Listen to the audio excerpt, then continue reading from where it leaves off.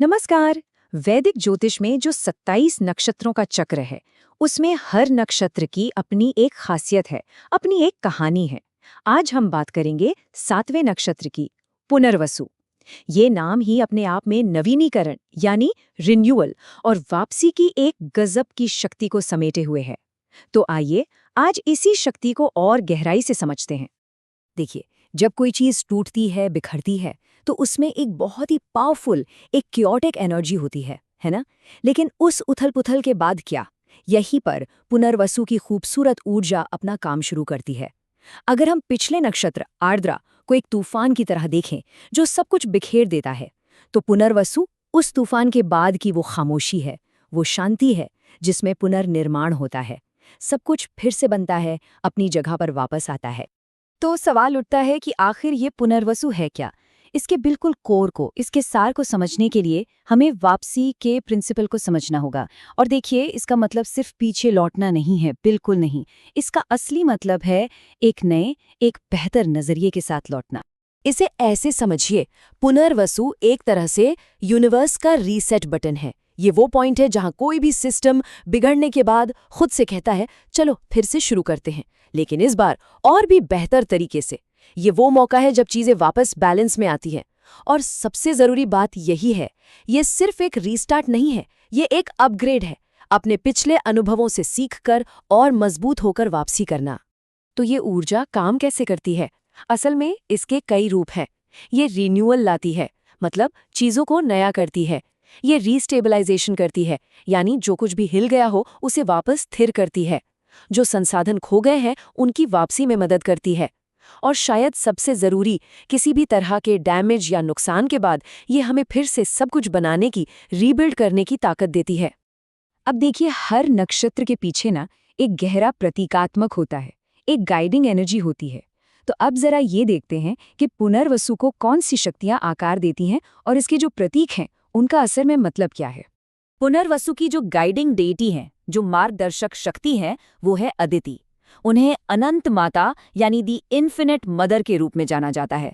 उनके नाम में ही विस्तार है, असीमित संभावनाएं हैं। तो अदिति की भूमिका क्या है?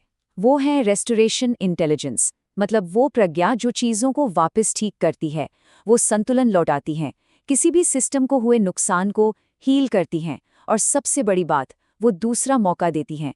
ये एक सेकंड चांस का वादा है, एक नई पवित्र शुरुआत का। और अगर इसके प्रतीक की बात करें तो वो है बाणों का तरकश, अ क्विवर ऑफ एरोज। दिखने में बहुत सरल है ना? लेकिन इसका मतलब बहुत गहरा है। तो इस तरकश का मतलब क्या है? असल में ये दो बहुत पावरफुल आइडियाज को दिखाता है। पहला, रीयूजेबल एनर्जी, मतलब ऐसी ऊर्जा जिसे बार बार इस्तेमाल किया जा सके, बिल्कुल एक तीर की तरह, जिसे तरकश में वापस लाया जाता है ताकि वो फिर से काम आ सके। और दूसरा, द प्रिंसिपल ऑफ रिटर्न, यानी वापसी का सिद्धांत, कि जो भी बाहर जाता है वो लौटकर वापस भी आता है। ये एक अंतहीन चक्र है। ठीक है, तो हमने इसके प्रतीक और इसके पीछे की गाइडिंग एनर्जी को तो समझ लिया। अब बात करते हैं इस ऊर्जा के असल गुणों की। ये महसूस कैसे होती है, इसके रंग कौन से हैं, और इसका कोर पर्पस, इसका मूल उद्देश्य क्या है। पुनर्वसु की जो प्रकृति है वो बहुत ही शांत है, आरामदायक है। इसमें एक उम्मीद है, एक आशावाद है। ये एक संतुलित और सपोर्टिव एनर्जी है। इसे महसूस करना वैसा ही है जैसे किसी तूफान के गुजर जाने के बाद जो सुकून भरी शांति छा जाती है ना, बिल्कुल वैसी। और जाहिर है, इस ऊर्जा से जुड़े रंग भी इसकी प्रकृति को ही दर्शाते हैं। सफेद, हल्का पीला और हल्का हरा, ये सभी रंग क्या दिखाते हैं? शांति, स्पष्टता और एक नई शुरुआत। अगर इसके वर्ण की बात करें तो वो ब्राह्मण है, जो ज्ञान और बुद्धिमत्ता से जुड़ा है, और इसका धर्म यानी इसका मूल कर्तव्य है हीलिंग और रिन्यूअल, मतलब ज्ञान को पुनर्स्थापन से जोड़ना। सीधी सी बात है, अपने ज्ञान का इस्तेमाल चीजों को ठीक करने, उन्हें एक नया जीवन देने के लिए करना।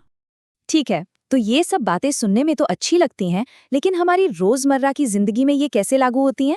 आइए देखते हैं कि ये रिन्यूअल की एनर्जी दुनिया में असल में दिखती कैसे है।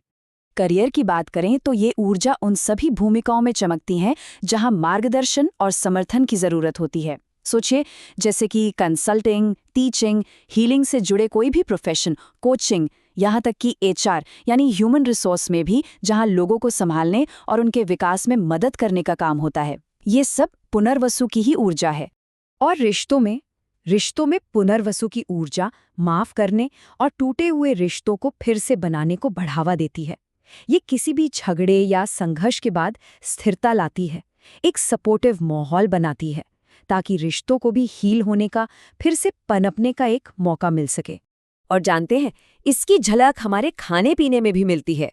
पुनर्वसु से जुड़े खाद्य पदार्थ बहुत ही सरल और पौष्टिक होते हैं, जैसे साधारण अनाज, चावल, गेहूं, घर का बना खाना, एक बैलेंस डाइट, मतलब ऐसा खाना जो शरीर पर बोझ ना डाले बल्कि उसे रिस्टोर करे, उसे ताकत दे।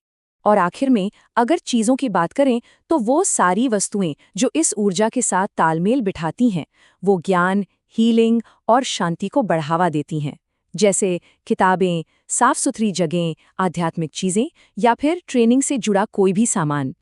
तो हमने पुनर्वसु के अलग अलग पहलुओं को देखा, इसके प्रतीक से लेकर हमारी रोज की जिंदगी में इसके असर तक। अब इन सारी बातों को एक साथ जोड़ते हैं और इसके कोर मैसेज को, इसके मूल संदेश को समझते हैं।